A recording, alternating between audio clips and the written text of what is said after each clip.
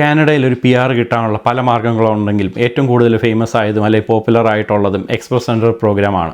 അതായത് ഒരു point base system അനുസരിച്ച് നമ്മുടെ എഡ്യൂക്കേഷൻ ലെവലും അല്ലെങ്കിൽ നമ്മുടെ IELTS നല്ല സ്കോറും ഒക്കെ അനുസരിച്ചാണ് എക്സ്പ്രസ് എൻട്രി നമുക്കൊരു ഇൻവിറ്റേഷൻ വരുന്നതൊക്കെ. എന്നാൽ പലർക്കും IELTSനൊക്കെ നല്ല സ്കോർ മേടിക്കാൻ പറ്റാത്ത ആൾക്കാർ അവർക്ക് ഏറ്റവും കൂടുതൽ ഒരു എളുപ്പമാർഗ്ഗം PR കിട്ടാൻ എന്നുള്ളത് ഒരു നോമിനേഷൻ പ്രോഗ്രാം വഴി PRലേക്ക് എത്തുക എന്നുള്ളതാണ്. ആ നോമിനേഷൻ പ്രോഗ്രാം എന്ന് പറയുന്നത് ഓരോ പ്രൊവിൻസാണ് കൊടുക്കുന്നത്. പ്രൊവിൻസ് എന്ന് പറയുമ്പോൾ നമ്മുടെ നാട്ടിൽ ഒരു സ്റ്റേറ്റ് എന്ന് പറയുന്നത് പോലെ കാനഡയിൽ ഒരു 10 പ്രൊവിൻസോളം ഉണ്ട്. അങ്ങനെ ഓരോ പ്രൊവിൻസിനും അവരുടേതായ ഒരു നോമിനേഷൻ പ്രോഗ്രാമുകളുണ്ട്.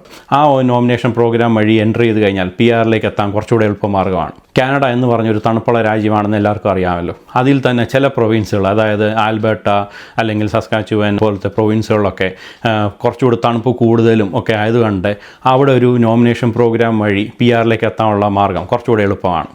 അങ്ങനെ പല ആൾക്കാരും ഈ തണുപ്പ് കൂടിയ സ്ഥലത്തേക്കൊക്കെ പോയി ആ ഒരു നോമിനേഷൻ പ്രോഗ്രാം കിട്ടി, അതിനുശേഷം PR കിട്ടി ഇവിടെ സെറ്റിലായ പല ആൾക്കാരുമുണ്ട്.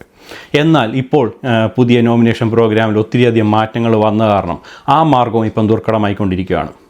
അങ്ങനെ ഒരു സസ്കാച്ചുവനിൽ ഏറ്റവും ലേറ്റസ്റ്റ് ആയിട്ട് കുറച്ച് അപ്ഡേറ്റുകൾ വന്നിട്ടുണ്ട്. ആ കാര്യങ്ങൾ നിങ്ങളുമായിട്ട് ഷെയർ ചെയ്യാനാണ് ഞാൻ വീഡിയോ ആയിട്ട് വന്നിരിക്കുന്നത്. എല്ലാവർക്കും പുതിയൊരു വീഡിയോയിലേക്ക് സ്വാഗതം.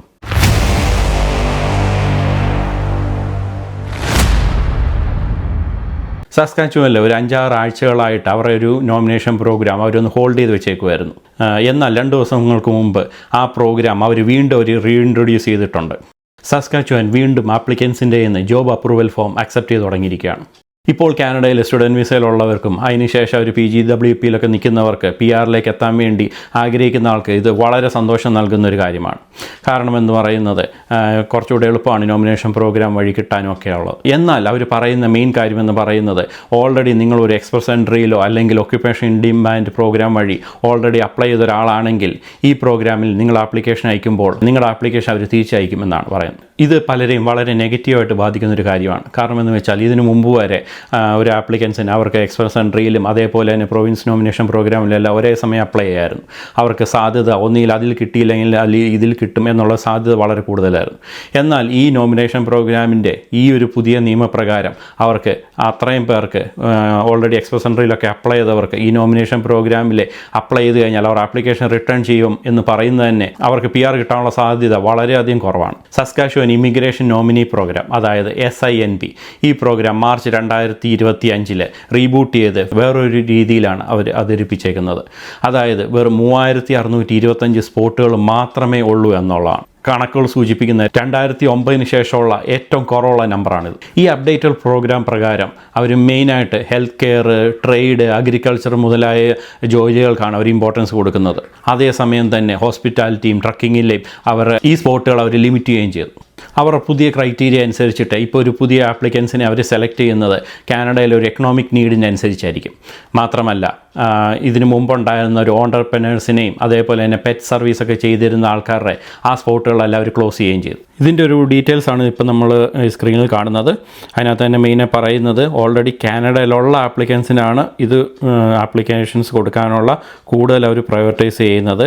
അതിൽ തന്നെ അഗ്രികൾച്ചർ, സ്കിൽ ട്രേഡ് എന്നിവയുള്ളവർക്ക് ഇത് അപ്ലൈ ചെയ്യാനുള്ള ഓപ്ഷൻ ഉണ്ട്. ഇത് കൂടാതെ തന്നെ accommodation, food service, retail, trade, trekking സെക്ടറിലൊക്കെ വർക്ക് ചെയ്തവർക്ക് ഏകദേശം 25% ഒരു ക്യാപ്പാണ് വന്നേക്കുന്നത്. അതായത് 3625 സ്പോട്ടിൽ ഏകദേശം 800 സ്പോട്ട് മാത്രമേ ഈ നേരത്തെ പറഞ്ഞിട്ടുള്ള ജോലിയിലൊക്കെ വർക്ക് ചെയ്തവർക്ക് ഇനി അപ്ലൈ ചെയ്യാൻ പറ്റത്തുള്ളൂ. ഇത് ഇപ്പോൾ ഓൾറെഡി വർക്ക് ചെയ്യുന്ന ഫുഡ് സർവീസിലും റീറ്റെയിലും ട്രേഡിലൊക്കെ വർക്ക് ചെയ്യുന്ന ആൾക്കാർ ഇത് നല്ല നെഗറ്റീവായിട്ട് തന്നെ എഫക്റ്റ് ചെയ്യും. ഇത് കൂടാതെ തന്നെ ഇൻ്റർനാഷണൽ ഗ്രാജുവേറ്റ് ആയിട്ടുള്ള എൻ്റർപ്രനേഴ്സിനെയും ഫാം ഓപ്പറേറ്റേഴ്സിനെയും ഒക്കെ ഈ സ്കീമിൽ നിന്ന് പെർമനൻ്റായിട്ട് അവർ ക്ലോസ് ചെയ്തിട്ടുണ്ട്.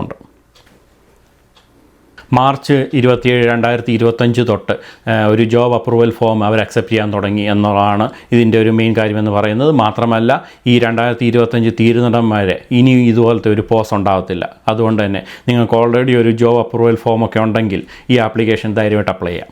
ഇനി ഇൻ്റർനാഷണൽ സ്റ്റുഡൻസിൻ്റെ ശ്രദ്ധയ്ക്ക് നിങ്ങൾ ഇത് ഇപ്പം ഒരു വേറെ ഏതെങ്കിലും പ്രൊവിൻസിൽ, അതായത് ഒണ്ടാരിയോയിലോ അല്ലെങ്കിൽ ആൽബർട്ടയിലോ ഒക്കെ ഒരു കോളേജിൽ ഒരു പഠനത്തിന് ശേഷം നിങ്ങൾ PGWPയുടെ ഭാഗമായിട്ടാണ് സസ്കാച്ചുവനിലേക്ക് മൂവ് ചെയ്തതെങ്കിൽ നിങ്ങൾക്ക് ഈ പ്രോഗ്രാമിൽ അപ്ലൈ ചെയ്യാനേ പറ്റത്തില്ല.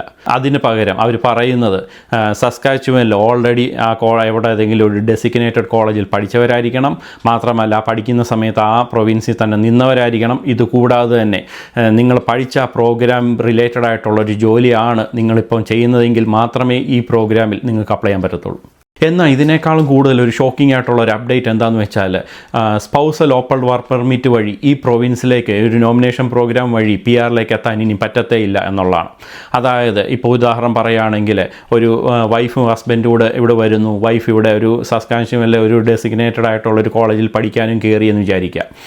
പക്ഷേ ആ വൈഫിൻ്റെ പ്രോഗ്രാം ഈ പഠിച്ചൊരു കോഴ്സ് എന്ന് പറയുന്നത് ഈ എലിജിബിൾ ആയിട്ടുള്ള ഒരു കാറ്റഗറിയിലും വരുന്ന അല്ലെങ്കിൽ ഇതിന് മുമ്പ് വരെ ചെയ്തുകൊണ്ടിരുന്നത് ഹസ്ബൻഡിന് ഒരു ഓപ്പൺ വർക്ക് പെർമിറ്റ് ഉള്ളത് കാരണം ഒരു ഈ എലിജിബിൾ ആയിട്ടുള്ള എന്തെങ്കിലും പ്രോഗ്രാം വഴി ജോലി ചെയ്ത് അതിന് ശേഷം അതിൽ നിന്നുള്ളൊരു ജോബ് അപ്രൂവൽ ലെറ്റർ കിട്ടിയതിന് ശേഷം ഹസ്ബൻഡിൻ്റെ ഒരു മെയിൻ ആപ്ലിക്കൻ്റായിട്ട് ആപ്ലിക്കേഷൻ സബ്മിറ്റ് ചെയ്യുകയും അതുവഴി ഈ നോമിനേഷൻ സസ്കാച്ചുവൻ പോലത്തെ ഏതെങ്കിലും നോമിനേഷൻ പ്രോഗ്രാം വഴി PR കിട്ടുകയും ചെയ്തിട്ടുണ്ടായിരുന്നു.